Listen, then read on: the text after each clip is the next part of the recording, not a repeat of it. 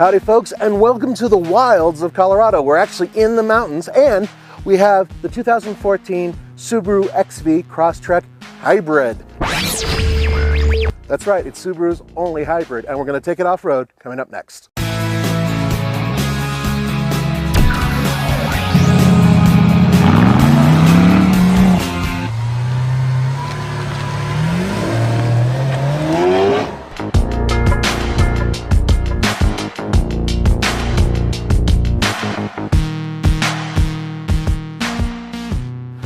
Yes, indeed, this is the only hybrid Subaru makes, and it's hooked up to a 2-liter 4-cylinder boxer engine.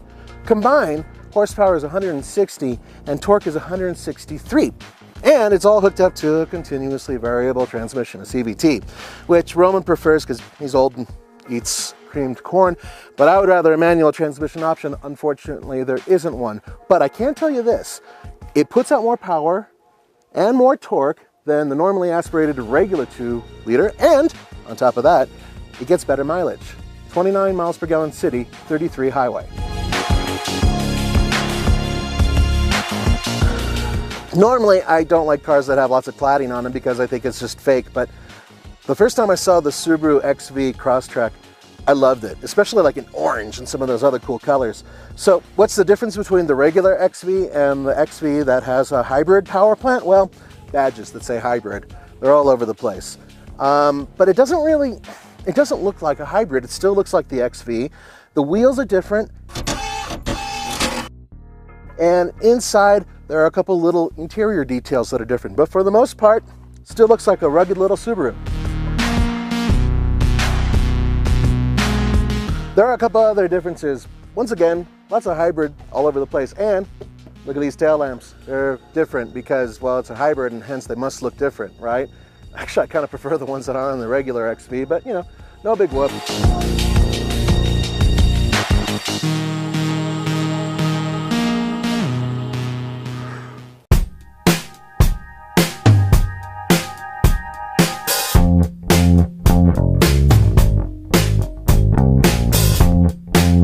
A couple interesting things right off the bat.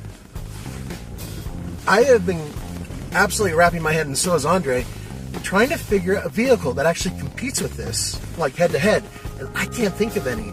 I mean, okay, for $30,120, so basically 30 grand, what you're getting is a all-wheel drive crossover hybrid. I can't think of anything that really is in the same league. Now remember, hybrid, that's the main point here, is that it's a crossover that actually has a hybrid power plant. And you know, I mean, yeah, there's more expensive ones like the Highlander hybrid, right? And then there are vehicles that aren't hybrids but get similar mileage and are relatively decent off-road, like the Mitsubishi Outlander Sport. But you know what I mean, like head-to-head, I just can't think of any. I mean, if you guys think of any, go ahead, please, type it on below. I can't think of any.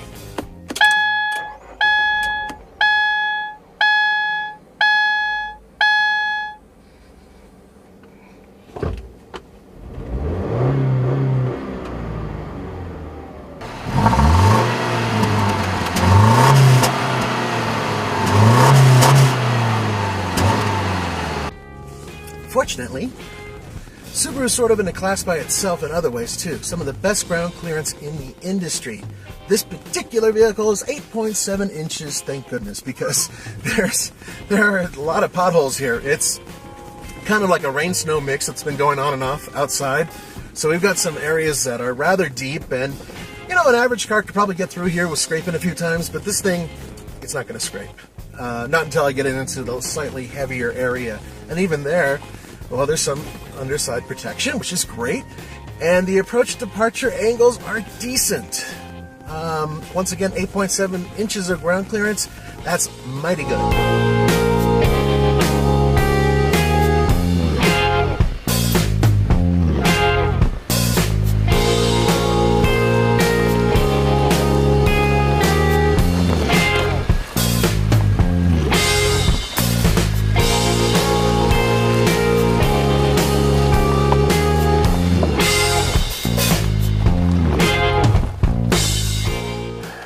I wish Subaru would do something about their interiors. Fortunately, on some of their other models, they've gone up a step, or even 2 steps. If you look at the new WRX, much better interior. This one is just so plain and kind of sort of cheap. And that goes double for the navigation / entertainment system. It's below par, bottom line. But the seats are very comfortable, and you can get heated seats. Back seats are very comfortable as well, and the interior doesn't suffer from having batteries because that takes the place of where the spare tire used to go. So in terms of an overall package, it's very useful and very utilitarian. Tires are Geolanders. Not very happy in this type of terrain. Oh, look at that, it's got some slippage.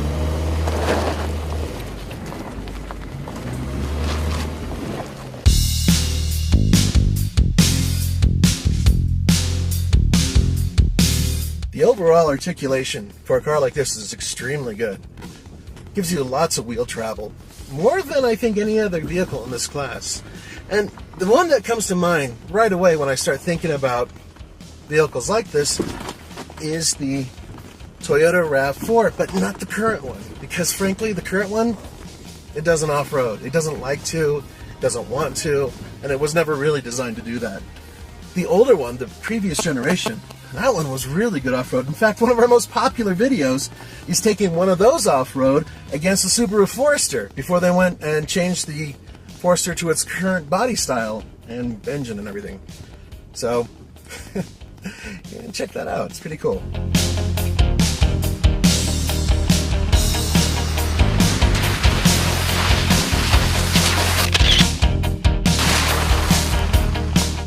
Not getting a lot of feedback from the power steering. This is electric power steering, and despite all these ruts and hard hills that I've been going over, don't really feel much through the steering system. It's kind of atypical for these new electrically assisted power steering systems. Oh well.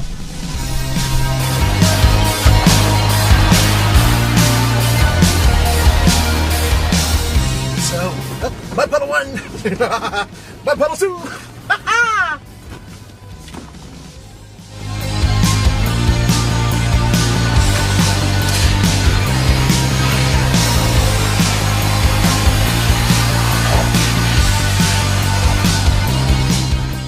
And Andre is now covered in mud. I think I hit the camera too. For the Fast Lane Car, this is Nathan Adlin. See you next time.